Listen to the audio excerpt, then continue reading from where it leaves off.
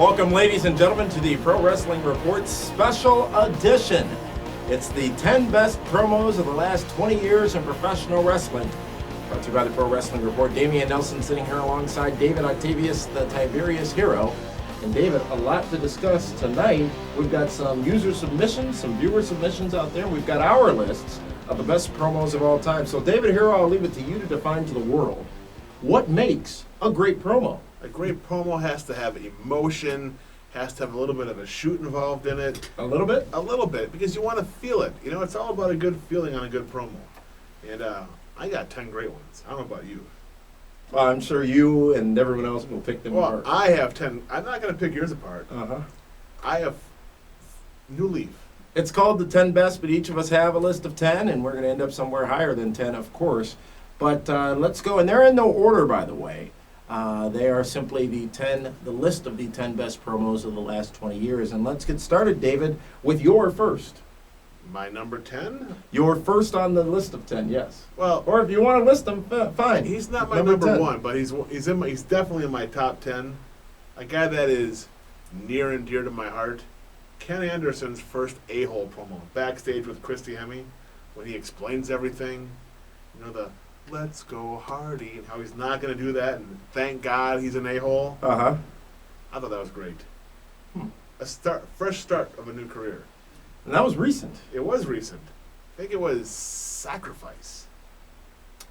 Well, that's a good choice. My first on my list of the 10 best promos of all time would have to be, it was 1999, I think it was. It was when Stone Cold Steve Austin drove the beer truck into the arena and cut one hell of a promo on Vince McMahon, Shane McMahon, and The Rock. You sit there and you spill your little nursery rhymes. Well, Jesus Christ, kid, you better get serious, because I'm going to pull right into the SmackDown Hotel, check into room 316, and burn that son of a bitch to the ground. That was awesome. And then the beer bath, and Vince McMahon swimming. That was awesome. So that would be the first on my list of 10 best promos. I like it. You can't go wrong with the Steve Austin promo. It was so great because it really made, and that was when they were so good at making WrestleMania big. I think it was the Raw right before WrestleMania 15. And, you know, you were bought into that feud. You were bought in to what might happen in that matchup. And it was just so well done. And it was so fitting with Austin commandeering that beer truck. I think it was Coors Light, by the way. Commandeering that beer truck. And we would see later Kurt Angle do the same thing with a milk truck, which was almost as funny. It was almost as funny, but sitting there with the milk. You gotta love Stone Cold. For me, one of my favorite promos was an in-ring promo. In-ring? Where the NWO made fun of the Four Horsemen. Ah, when they all dressed up and such? Yes. Really? Yes. Who was who? Well, Nash was Arn Anderson. I believe Kurt Hennig was he Rick? No. X-Pac was Ric Flair.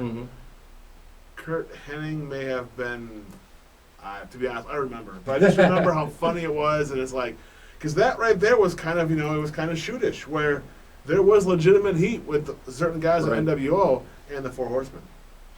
Now, along those lines, I would say, how about when DX did it? That's also on my list. Oh, sorry about Spoiler. that. Sorry about that. I guess we should be spoiled every now and again. Yeah, on occasion, it's not a bad thing to do. But that was great, too, when you had Mark Henry being portrayed by X-Pac. You had The Godfather was portrayed by Road Dogg. No, Road Dogg was D'Lo Brown. Yeah. Godfather was Billy Gunn. And, Triple H was The Rock. Yeah. You know, good stuff. Edgy, fun stuff at the time. Next on my list would have to be Jim Ross. I believe it was 1999 as well, when he was paired up with Dr. Death, Steve Williams, after his bout with Bell's palsy, and he was trying to get his job back. And we saw the series of things, so many things over that course of time, JR, when he had his own little broadcast booth that he set up out at ringside, which happened after this promo. And, Dr. Death was his boy, and he just wanted his job back. And I think what's interesting to note is during that whole situation, they were trying to make JR a bad guy, but it turned him into probably the most popular wrestling announcer of our time. Absolutely. It was when he was in the ring with Michael Cole, and he called Michael into the ring. He had a bag, and talked about what Creative wanted to do with Dr. Death, Steve Williams, and then said he wanted his job back. said to Michael Cole, you got your little moose in your hair, you got your little narrow ass. Well, that's fine. I can't be that way. And kicked Michael Cole in the groin and sent him packing, and then said he was going to take his place back at ringside. And it was just fun times. JR is near and dear to your heart, isn't he? He is. JR is a person who a lot of the stuff I do I model after. Good God! By God! It's all about God again, isn't it? It's also, and there will be a lot of honorable mentions as we go through this list because there are just so many great promos of our time. JR was in the ring with, was it Bart Gunn or whoever it was when he said, I'm gonna do what I've never done before in my career, and that's look you dead in the eye and slap the hell out of somebody. And he slapped him, and then he was gonna beat him up, and it's just good stuff. So you've been in the ring and you want to slap somebody now? No. JR did. JR did. I got a no bump clause. Okay. You and Frank got the same bump clause. Frank's is absolutely none. I've been through 2 tables. Gotcha. Well, for me, one of my favorite promos was Mick Foley after WrestleMania, after DX, the new DX with Road Dogg and Billy and X-Pac and Triple H beat him and Terry Funk in the cage, and Mick comes out to the ring and he sits there and just says, I gave you everything I had, and you didn't care. And that's when he left as Mick Foley and came back as the corporate Dude Love. Mm-hmm. Nice little run there with Stone Cold. Was that going into WrestleMania or after WrestleMania 15 or 14? I think it was after 15. I'm not sure. Well, I'm sure we'll find out soon enough. Yeah. But because 98 was still Mankind with the whole Hell in a Cell thing, and then it was 98, the Survivor Series, though, when he was corporate or trying to get into the corporation. And, it wasn't a promo, but that was when Shane McMahon was a guest ref, and he did the 1-2 flip off. But Mick was sitting there complaining about how certain guys just called Stone Cold Steve Austin the toughest SOB in wrestling. And, Mick took that kind of personal because, he's the guy that went through the cage. And he left an era in Germany or China or Japan or something. So he's like, and all I hear is Austin. And it was a great promo. It was real emotion for Mick Foley in that promo as well. Good choice and some great times from Mick Foley. Some very good times from Mick Foley. I think, we'll get to some of those, which I'm sure is on one of our lists, one of the highest rated segments in professional wrestling of all time. Next on my list, though, would be 1998. The setting was Nitro. The city, I believe, was Greenville, South Carolina. Ric Flair had returned from his suspension from WCW, and the Horsemen were having a party, as Ric Flair said. Somebody told me that the Horsemen were having a party. And he talks about how great the Horsemen were. Too bad, I think Mongo was part of it at the time, but Bischoff comes walking down, and Flair just loses it. You are an overbearing asshole. And that was the famous, fire me, I'm already fired. Fire me, I'm already fired. Yes, abuse of power. And there was a little bit of realism to that. That was completely real because Bischoff wanted to sue Ric Flair for breach of contract because he had left to see his son in a wrestling tournament. He wanted to go see his son in a wrestling tournament. That was just, and what's so great is the way it was presented as well. They're all in tuxedos. It's just great. They're in Greenfield. Flair's crying, of course. And Flair cried? The presentation, you started with the other Horsemen in the ring, and I think Mean Gene or somebody, and Arn Anderson was talking and said, oh, wait, we almost forgot the most important guy. Ric Flair, get your butt on out here. And Flair slowly, deliberately walks to the ring. It was just a great moment in wrestling. Is this what you call good TV? You know what? And it was. This is real. Everyone was waiting for that first confrontation between Bischoff and Flair, and another example of a work-shoot interview. Yeah. Great Those are the best ones usually. Those are the best ones. Absolutely. So that is next on my list. Ric Flair returns on Nitro, one of the times anyways, this time, when the Horsemen were reformed and he had come back from suspension.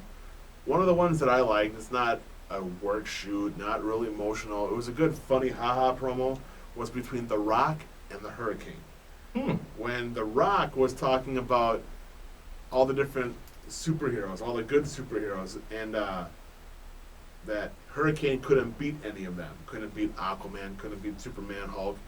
And Hurricane's like, well, there is one superhero I can beat, the Scorpion King.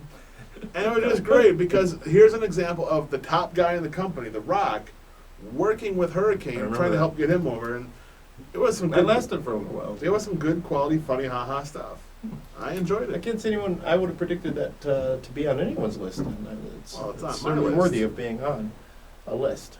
And as we go back on the last 20 years and look at some of these best promos, it's interesting how many recent ones are in there. And one recent one that many people still talk about is that confrontation between Ric Flair and Jay Lethal on a recent TNA Impact, where obviously Jay Lethal had been doing the Flair impersonations, and finally they were face to face. And what was so great about that and what made it so real and so interesting was nobody wrote it.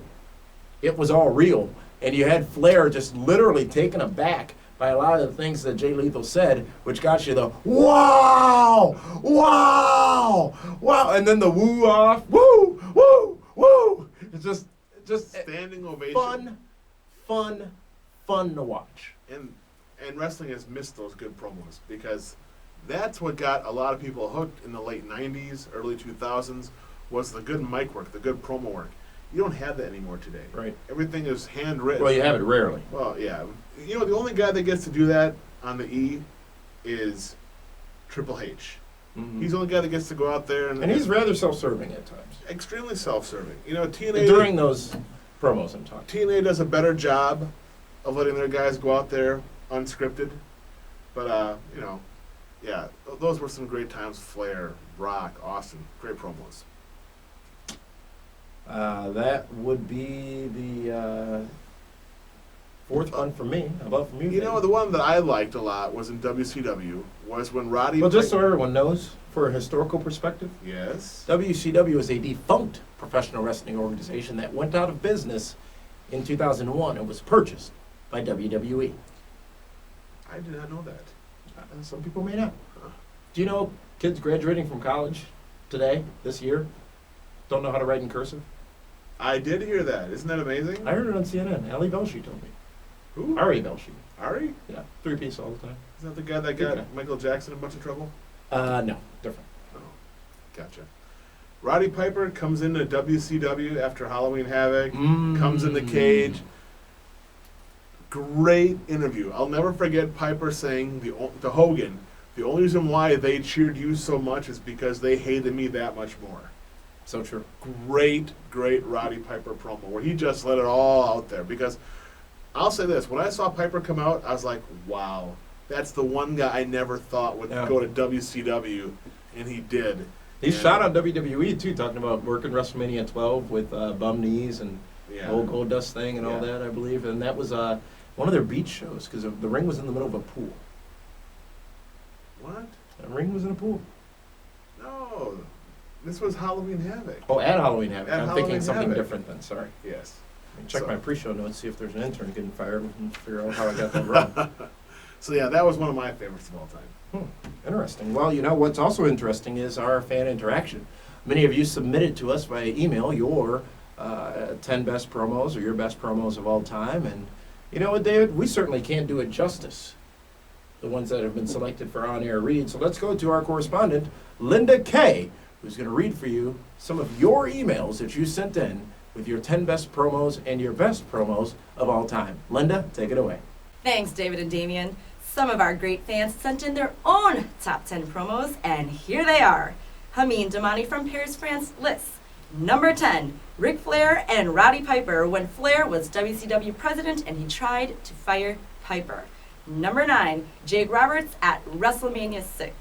Number 8, John Cena and Kurt Angle battle rap in Canada in 2003.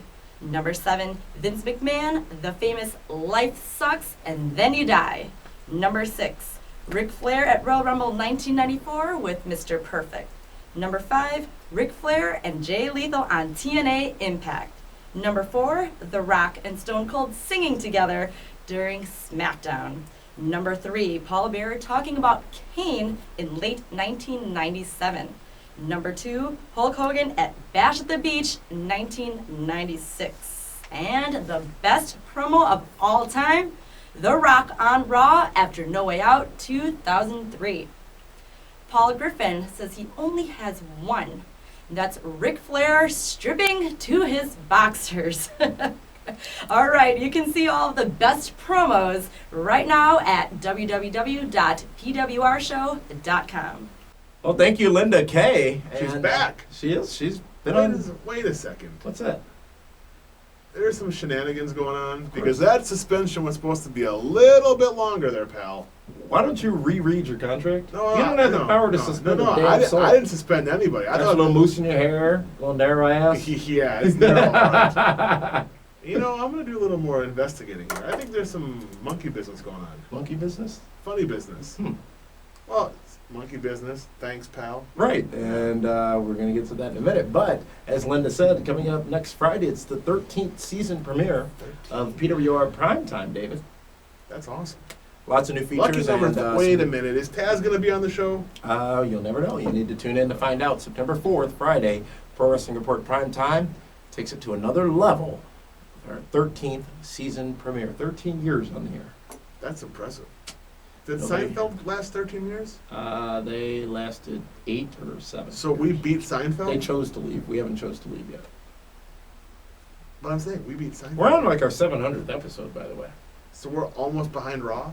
They celebrated 900 this past, or will celebrate 900 this Monday on Raw. That's awesome. I want to celebrate our 700. Maybe a t-shirt's in order. Or Dancing Girls? Linda, she's in the other studio. Yeah, that's fine. Brand new merchandise available right now at pwrshow.com. Some tremendous merchandise, actually, at pwrshow.com. Brand new t-shirts, including the world famous and now the #1 selling shirt on pwrshow.com. Awesome. Thanks, pal.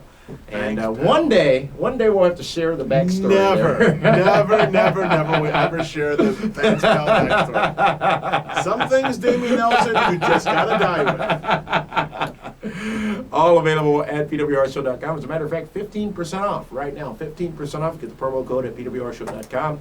And tremendous, too. Order tremendous. Hashmark tremendous. Hashmark tremendous. 2 different versions of that shirt. Also, of course, with the DHHS shirt, the Fellow shirt, and the We Want Brian shirt. And special thanks go out to a PWR fan who actually sent us in a picture of him wearing his We Want Brian shirt with Daniel Bryan. How about that? Thank you very much for the support of all our fans, and thank you, Linda, for those emails. David Hero, let's go to the next on our list of the 10 best promos of all time, and next will be from me, and it is one that I quote very often. It was March of 2001.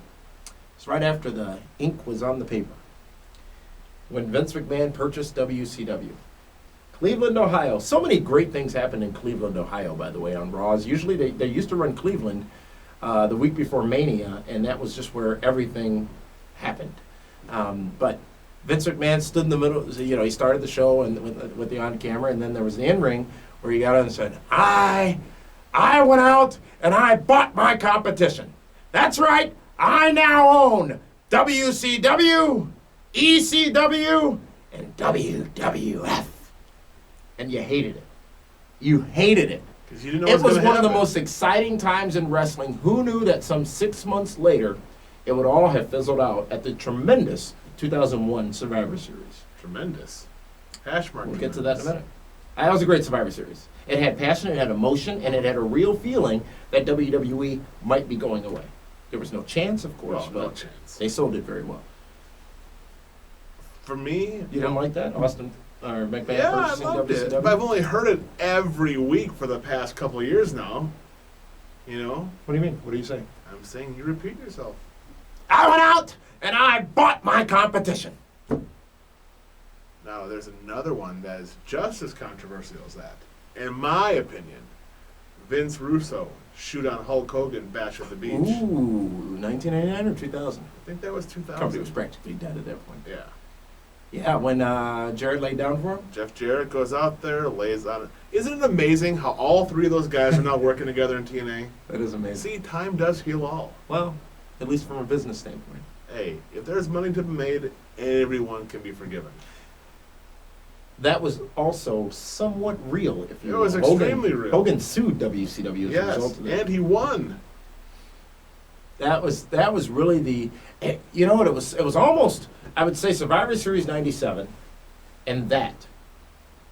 And then you got the Brian Pillman, I Respect You, Booker Man thing. Mm-hmm. Those are three of the realest things to ever happen on a national scale in professional wrestling that Right. were truly controversial and put out there for the fans, and dirty laundry being put out there for the fans. Mm-hmm. And this happened on a pay-per-view. It was good stuff. And Vince Russo ran him down. Oh, he ran over the bus, backed up, ran him over again, backed up, ran him over again. When he backed up, did you do this? Beep, beep, Oh, there was a lot of beep, beeping. beep. A lot of It's beeping not on a that. Seinfeld reference there. Oh, okay. We've already exceeded Seinfeld, so they're now irrelevant. Next on your list was I what? just gave you I know, Russo, but refresh. Russo and Reset. Bash at the Beach, baby. All right, good choice there, David. Next on my list is 1997, when Raw was white hot, in my opinion. You had the Nation of Domination, which included Farouk, The Rock, blah, blah, blah, blah, blah. And Farouk came on and did a promo about how, it's all about race and all this other stuff. And Austin was the other guy, and he said, you know what? It ain't a race thing. It ain't a color thing. It's a me kicking your ass thing. And can't nobody stop me. Stone Cold. Just really Stone laid it all Cold. out. And I think that was when they tried to sell it as Bret Hart had defaced their locker room and Yes. KFC was written on the wall? Yes, and they had the Boricuas, and they had all these other little factions going Yeah. at the same time, all little gang warfare. What happened? Well, I don't miss the I don't like Boricuas. these 10 best sometimes because you think about how great the business It was. wasn't as good as we thought it was. It's better now. We're moving forward, going forward. Excuse me a minute. Cal, have you seen David Hero? I don't know. Some guys here, the David Hero I know was talking about how WWE sucked and all the other stuff just as recently as 2 weeks ago. If you find him, let him know we're taking him. I didn't say it's gotten better. You again. Bizarro. You know? Yeah. It's all going to work out in the end. It It's always just not does. the end yet. It always does for some people. Yeah. Vintage. 1992. The Royal Rumble. Ric Flair. Bobby the Brain Heenan. Mr. Perfect. And Sean Mooney. Sean Mooney. Who? How can you forget about Sean Mooney? Come on, David. Really? Yeah. What did Heenan ever say every time somebody mentioned Mooney's name? Who? I'm just saying. That's what that It's was. Sean I didn't Mooney. forget Sean Mooney. I think he's left WWR in New York, by the way, where he was anchoring for quite a while. But Flair, cool, calm, hair sticking out, blood dripping down his face. Foley, Heenan and Perfect just losing their minds in the background. They just scream and holler, and then Flair talks. What we have here just lays it all out calmly and perfectly executed. Oh, I guess Still Mr. one of the Perfect greatest was moments in involved. wrestling. As a matter of fact, that Royal Rumble, as we talked about on this past Monday's ESPN radio show, one of the best ever, if not the best ever. And you have things like that promo to just take it right over the top. I got one that took it completely over the top. Oh, Yes. all right. Right before WrestleMania 6, The Ultimate Warrior. One of the absolute greatest promos of all time. Hulk Hogan. As he just stared up and was talking to his warriors. Does anybody still know what he says, even at this point? Know what he said? Does he know what he said? You know what? Hulk Hogan. You just have to listen to it. And close your eyes, Hulk Hogan. light a few candles, and just take it all Meditate. in. Yes. Hulk Hogan. It was great stuff. That was like a green screen or just a blue background. Didn't make Just a lick of sense. But it was some great stuff. Another honorable mention. I think that happened at a Oh, Saturday that's not night. honorable mention. For That's- me, it is coming next. Wow. But Thanks, for, pal. For me, it is another honorable mention on top of the ones we've done so far tonight. I think that happened at a Saturday night's main event potentially. But how great was it? Remember when Mr. Perfect had the ball peen hammer and he destroyed the WWE Championship? Yes, which then became the Hardcore Championship. And Hogan comes out later. He's holding the belt, and Mean Gene, Hulk. Obviously, this must be a very tough time for you. And it was one of the first times we saw a non-Hulk Hogan promo from Hulk Hogan. See? You don't give it to them until they've had enough of you as the character. Right? Yeah. That means more. Next on my list was, as we talked about the Raws heading into WrestleMania 1997, heading into WrestleMania 13. It was the end of one of the first episodes of Raw is War. Bret Hart versus somebody in a cage match. Bret Hart loses, I believe, and something was at stake at WrestleMania. Vince McMahon gets in the ring to do the interview with Bret Hart. And Bret shoves Vince McMahon down on his ass. First time we'd ever really seen anybody touch Vince McMahon, because we didn't see the nails incident. And Wow. well, The nails incident? they had a scuffle. Kevin Kelly you're talking about? Okay. They had a scuffle. Not many of those people know about the nails Kevin Kelly incident. Inform the world. No. That's a different show. And Bret Hart on Raw, live on the USA Network, as there was a scroll going at the bottom of the screen because La Femme Nikita was being delayed because it was the early days of the overruns, said, Vince McMahon said to Bret, you must be really frustrated. I remember the thud of Vince hitting the ground. And I remember watching with my friend Sean Kurtz because it was a big deal. We got together to watch Raw. And Bret goes, frustrated isn't the goddamn word for it. This is bullshit. You screwed me. They screwed me. Everybody screwed me. Everybody in that goddamn dressing room knows I'm the best there is, the best there was, the best there ever will be. And if you don't like it, tough, sugar, honey, and iced tea. Wow. Out walks Sid. I didn't do anything. I don't know. He's cursing too. Stone Cold gets on the big screen on the Titantron. Bret, you messed it up. It could have been you and me at Mania, but you messed it for the title at Mania, but you messed it up. There was just so much going on. It was really the beginning of the edgier WWE Raw. The Attitude Era, are you talking about? Yeah. That was good. That was like Half the cage was still up. You never saw that stuff before. No, it was shocking. He put his hands on Vince McMahon. And at that time, Vince hadn't come out as the guy who ran the company. No, not yet. It would be later that year. Mm-hmm. Bret screwed Bret. Okay? With his big old Bret black eye. screwed Bret. There is a time-honored tradition in this business. That was some good stuff.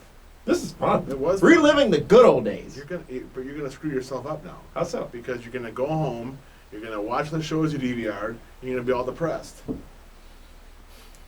Well, at least these videos are available. All the promos we're Yes. talking about at pwrshow.com. Exactly. The good stuff. My number 2? Is that where we're at now? Yeah, we'll We go got with two that. left. Austin 316. That happened right here in Milwaukee. King of the Ring, Austin 316. That was Jake Roberts, King of the Ring. Yes. Everybody thought he was going to win it. Or Vader was going to win it. Nah, well, yeah, but over the course of the evening, it became more and more evident Right. it would be Jake Roberts, Right. and of course it was not. And that really is what got things going. That little thing, Austin 316, sold a lot of T-shirts. And it happened on that night at Yes, the King it of the did. Ring. Austin 316 says, I just whooped your ass. I just whooped your ass. You almost can see it as you say it. Oh, I felt it. Gave me goosebumps. I'm With, thinking, what was Hayes' name? Doc Hendricks. Doc Hendricks. Yeah, Oh. the throne. And do you remember who was on the free-for-all that night? It was June of '96. No. Triple H versus Aldo Montoya. Was it really? Oh yeah, Triple H was The Blue Bloods. in a little bit of trouble for that February against Madison that's Square Garden. right. Yeah. God. Amazing. I think what was his name? Red Tights, Pearl River Plunge. Ahmed Johnson. I think he got against injured for the Goldust. 13th time of his 88 injuries on that night as well. You know, that was the night I first met Vince McMahon. Really? King of the Ring, 1996. How'd Indeed. that work for you? I was sweating. I was nervous. Vince was very gracious, and I was starstruck by his larger-than-life persona. You know what? I will say this: of all the people I've met in the business, he is the one guy that doesn't intimidate me. Yeah. He just, I mean, I'll sit next to Big Show, and that's fine, knowing he could knock me out. Right. But Vince McMahon is just like, because you know he's nuts. Yeah. You know, you never know what's going to happen next with that guy. I would go to my final, and my final would be Bash at the Beach, 1996. Oh, yeah. The formation of the NWO. Hogan turning on Randy Macho Man Savage. Tony Schiavone. Hulk Hogan, you can go to hell. The ring, full of debris. Littered. And I think that might be what did it.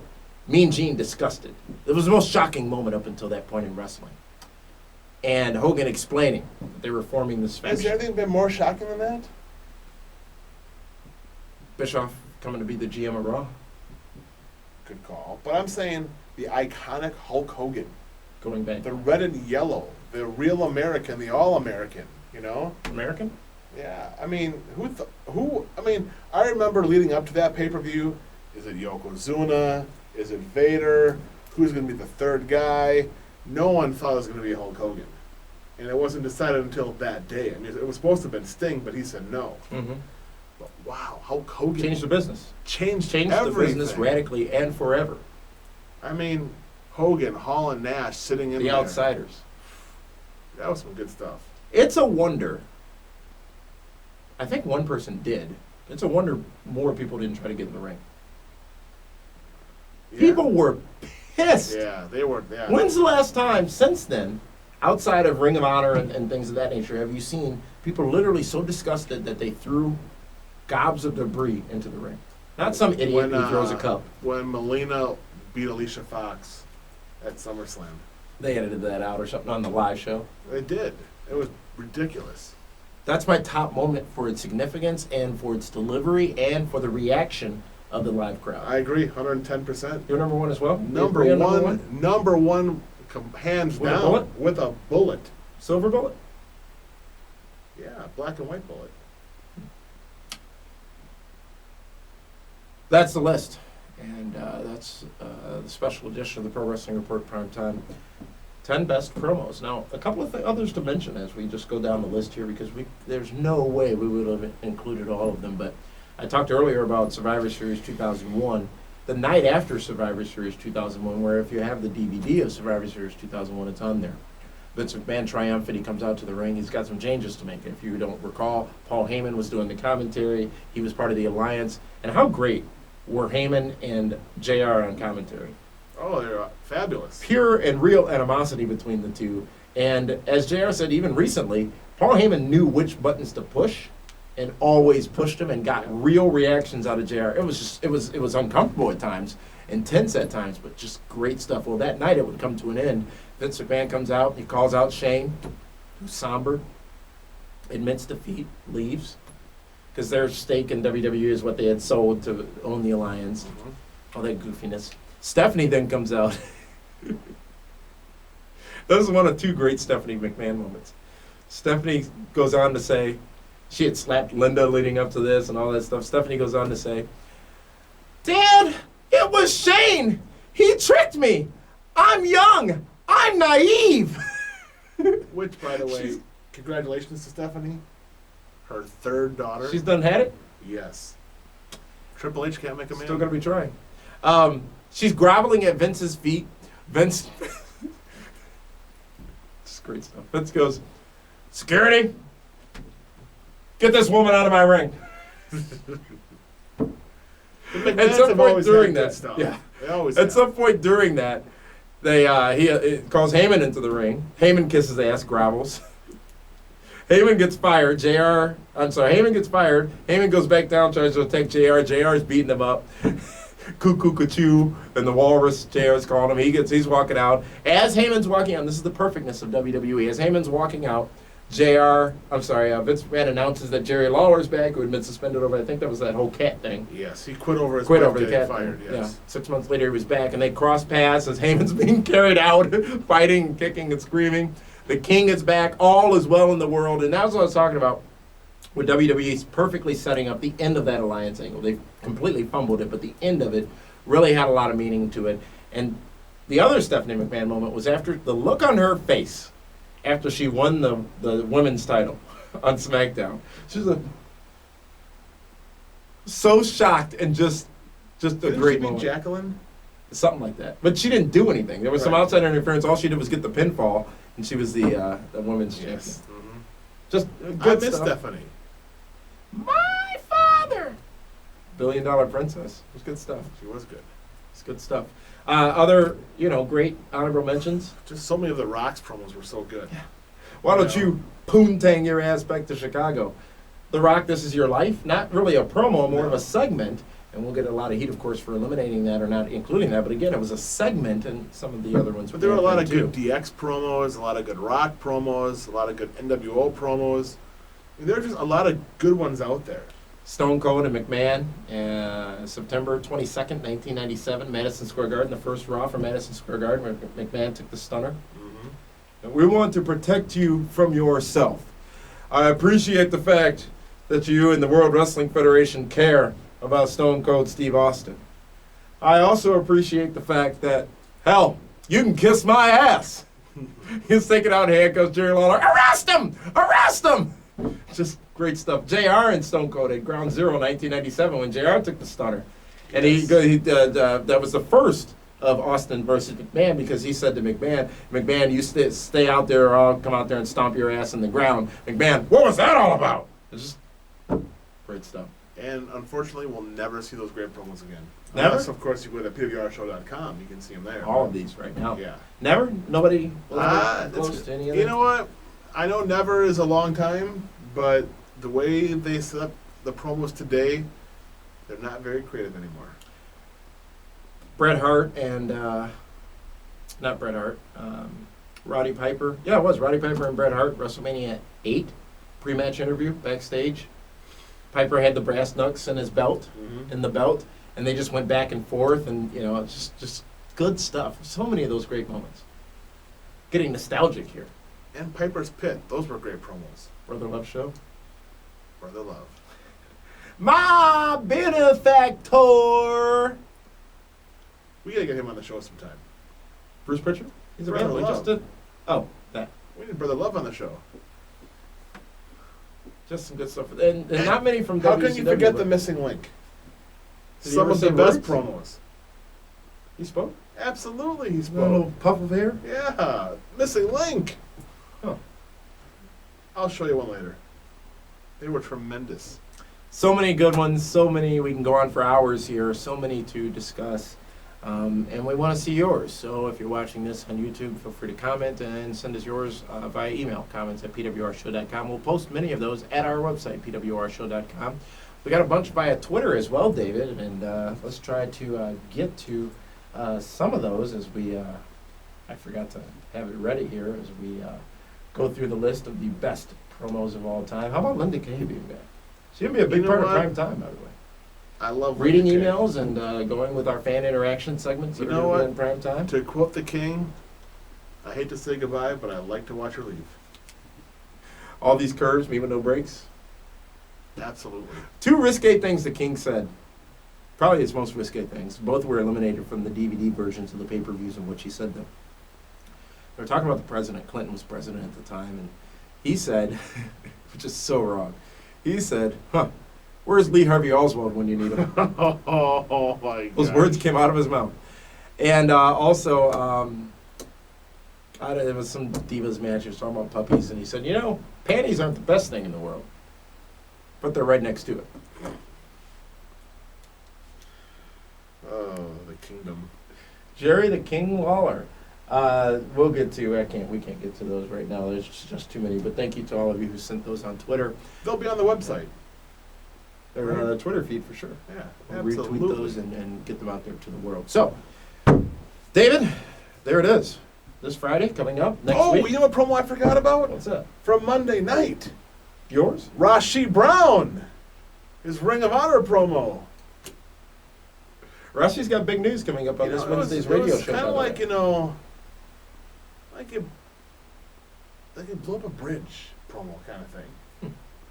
The, if you didn't hear it, in Tacoma, Washington? yeah, Bridget. yeah, Sure. yeah. If you missed Rashi's Ring of Honor rant promo, you definitely got to go check that out. Right? You know what? This episode may never end, ladies and gentlemen. Green Bay, Wisconsin. Bischoff, Heyman, McMahon in the ring for the first time ever together. Oh, and how can we forget Heyman's promo at ECW One Night Stand? Wow. Yeah. Telling JBL only reason why he's been champ so long on SmackDown is because Triple H doesn't work Tuesdays. Right. Indeed. That was some good stuff. Joey Styles' shoot. JR's 1996 shoot promo when he brought in the fake Diesel and the fake Razor Ramon. Mm-hmm. This list of 10 has grown to about 30 Yeah, each. we got to stop. We're never going to get out of here. Kesha's waiting for you. TikTok. Tick-tock. Next Friday, it's the season premiere of the Pro Wrestling for Prime Time. Everybody's going to be involved in that program coming up starting next week. Everybody? Don't spoil it. And I want to go ahead and gosh. tune into that. More. It's really, David Hero, the one-stop television destination.